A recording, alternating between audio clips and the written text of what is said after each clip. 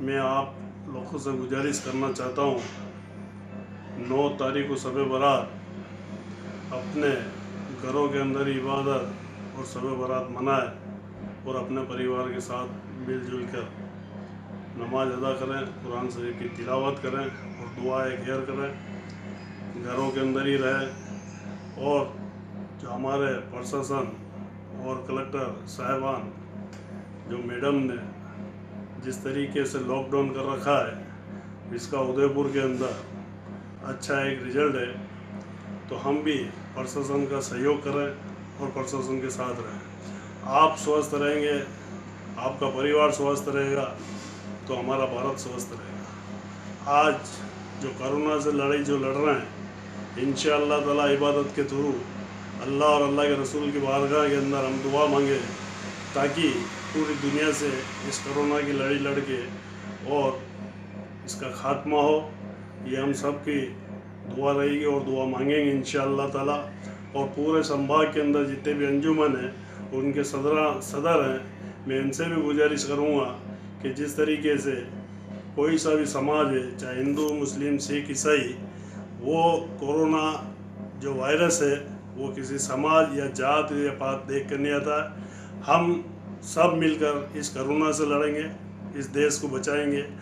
एकता में ही हमारी जीत है और एक दूसरे के साथ मिलजुल कर इस कोरोना की लड़ाई लड़ेंगे, इस लॉकडाउन का पालन करेंगे ताकि हमें इस कोरोना को जल्द से जल्द हराना है। और इंशाअल्लाह ताला मैं आपसे, हमारे जितने भी इमाम हैं मस्जिदों के अंदर, वो भी इस बात को आगे से आगे पहुँचा कर 9 तारीख को शब बारात की इबादत अपने घरों के अंदर और आसपास मोहल्ले और गली मोहल्ले चौराहे पे जो भी मोतबीर और जो समाज सेविक है, इनसे भी मैं गुजारिश करूँगा कि वो अपने मोहल्ले में, घरों के अंदर, आसपास इस बात को सबको ताकीद करें ताकि गलियों के अंदर बैठकर बातचीत नहीं करें, थोड़ी अपनी दूरी बनाकर बातचीत करें। और जो प्रशासन ने बोला है इसका कितना फासला रहना चाहिए, इस फासले को रखते हुए इस लॉकडाउन की पालना करें। और कलेक्टर साहब आनंदी मैडम ने जो पैगाम दिया पूरे ज़िले को, इस पैगाम को हम कामयाब की तरफ ले जाएं ताकि हम स्वस्थ, हमारा देश स्वस्थ। अस्सलाम वालेकुम व रहमतुल्लाहि व बरकातुहू। मोहम्मद खलील, हिलाल कमेटी व तंजीमुल उलमा उदयपुर संभाग। मैं अपने सुनने वाले क़ारीन और श्रोताओं से ये अपील करता हूँ कि आप हजरात इस बात का लिहाज रखें कि हम अपने घरों से ना निकलें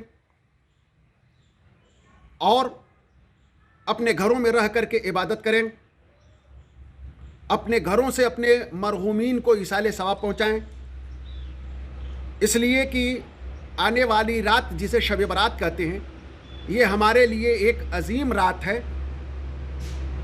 और इस रात में हमें एक कुर्बानी देनी है। वो कुर्बानी ये है कि हम अपने घरों से ना निकलें, अपने घरों से अपने मरहूमीन को इसाले सवाब पहुँचाएँ।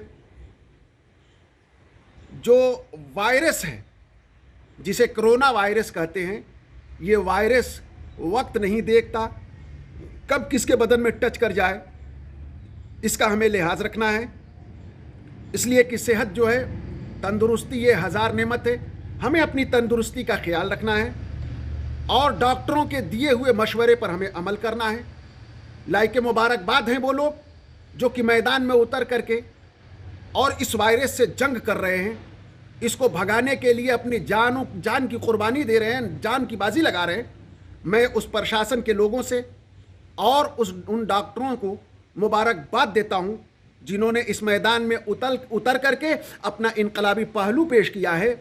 साथ ही साथ हमें इस बात का ख्याल रखना है कि अपने शब बारात को घरों से मरहूमीन को ईसाले सवाब पहुँचाएँ, उन्हें ईसाले सवाब पेश करें और वो रात ज़्यादा से ज़्यादा हो सके तो अपने पड़ोसी का ख्याल करें।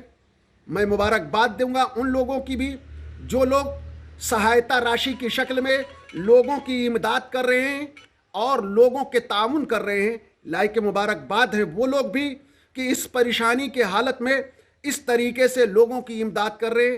दुनियादार देखे या ना देखे, परवरदिगार देख रहा है। इसलिए मैं दुआगो हूँ कि यकीनी तौर पर मेरे सुनने वाले इस बात का ख्याल रखेंगे। आज सभी हजरत बखूबी जानते हैं हमारे मुल्क हिंदुस्तान में मुहबिलिक वबा कोरोना वायरस की वजह से लॉकडाउन लागू है। इंशाअल्लाह आने वाली 9 अप्रैल को बरोज़ जुमेरात को शब बरात है। लिहाजा आप हजरात से गुजारिश है आप अपने घरों पर रहकर शब बरात के मौके पर इबादत करें और खाने में फिजूल खर्ची ना करें। मुख्तसर खाना बनाकर अपने महरूम के लिए इसाले सवाब करें और अब आप अपने पड़ोसी का ख़ास तौर पर ध्यान रखें। लॉकडाउन की पाबंदी करें और शब बरात की रात को घर पर इबादत करें, कुरान पाक की तिलावत करें, नवाफिल पढ़ें और अपने गुनाहों से तौबा करें और इस महलिक बीमारी से अल्लाह की पनाह तलब करें कि अल्लाह ताला पूरी दुनिया में फैली इस बीमारी से हमें निजात और छुटकारा अता फरमा दे। आमीन। 14-15 शाबान यानी 9-10 अप्रैल बरोज़ जुमेरात जुम्मे को रोज़ा रखें। आप इस बात का ख्याल रखें कि ऐसे वक्त में सिर्फ जज्बात से काम ना लें बल्कि प्रशासन की हिदायत पर अमल और लॉकडाउन का पालन करते हुए अपने घरों में ही मनाएं शब बरात। बाहर गली मोहल्ले में हरगिज़ ना निकलें, ना ही किसी जगह भीड़ करें, ना इधर उधर घूमें, बल्कि अपने घरों पर बैठकर जिक्र व अज़कार कर अपने गुनाहों से तौबा करें। शुक्रिया। अभी मुल्क जिन हालात से दो चार है और बिलखुसूस पूरी दुनिया, ये किसी पर ये बात छुपी हुई नहीं है। इसमें जो मुल्क के कानून के मुताबिक जो सेंट्रल गवर्नमेंट और स्टेट गवर्नमेंट ने जो आदेश दिया है कि हमें लॉकडाउन में रहना है, अपने घरों में रहना है, तो यकीनन इस वबाई मर्ज़ से छुटकारे के लिए ये बहुत ज़रूरी है कि हम अपने घरों में रहें और अपनी सेफ्टी करें, अपनी हिफाजत करें। ये बहुत ज़रूरी है। हदीस पाक में इज़ा समिअतुमुत ताउन बि अर्दिन फला तदखुलूहा, कि जब तुम सुनो कि किसी सरज़मीन पर वबाई मर्ज़ फैल चुका है तुम वहाँ मत जाओ। व इज़ा वक़अ बि अर्दिन व अंतुम फ़ीहा फ़ला तख़रुजूहा, और किसी ऐसी सरज़मीन में जहाँ ये वबाई मर्ज़ फैल चुका है और तुम अगर वहाँ रहो तो वहाँ से मत जाओ। यही तो लॉकडाउन है, यही तो घर में रहने का हुक्म प्यारे आका अलैहिस्सलातु वस्सलाम ने दिया। और ये हदीस पाक बुखारी और मुस्लिम के अंदर भी है। और यकीन जाने कि इससे पहले भी वबाई अमराज आए, बड़े बड़े सहाबा किराम और बड़े बड़े ताबईन वो भी लुक़्मा अजल बने। किताबों में आता है कि 25,000 अफराद उस वक्त सहाबा के ज़माने में इस मर्ज़ के शिकार हुए। तो हम और आप किस खेत की मूली हैं? आज हम कहते हैं कि साहब हम घर से बाहर निकलेंगे, हमें कुछ नहीं होगा, हम तो बड़े नमाज़ पढ़ते हैं, हम तो अल्लाह अल्लाह करते हैं, हमें अल्लाह पर बड़ा भरोसा है। हम कहते हैं कि हमारा भरोसा तो एक तरफ रख दें, गौस व ख्वाजा के भरोसे से बड़ा भरोसा सहाबा किराम का था, वो भी यकीन जाने कि इस वबाई मर्ज़ के लपेट में आ गए। तो हमें चाहिए ये कि अभी जैसे शब बरात आ रही है, परसों है शब बरात यानी जुमेरात की रात गुजार करके, और अपना माहौल है कि मस्जिदों में हम इबादतें करते हैं, कब्रिस्तान जा कर के अपने बुज़ुर्गों की बारगाह में साले सवाब करते हैं। लेकिन इस बार मामला बिल्कुल अलग है।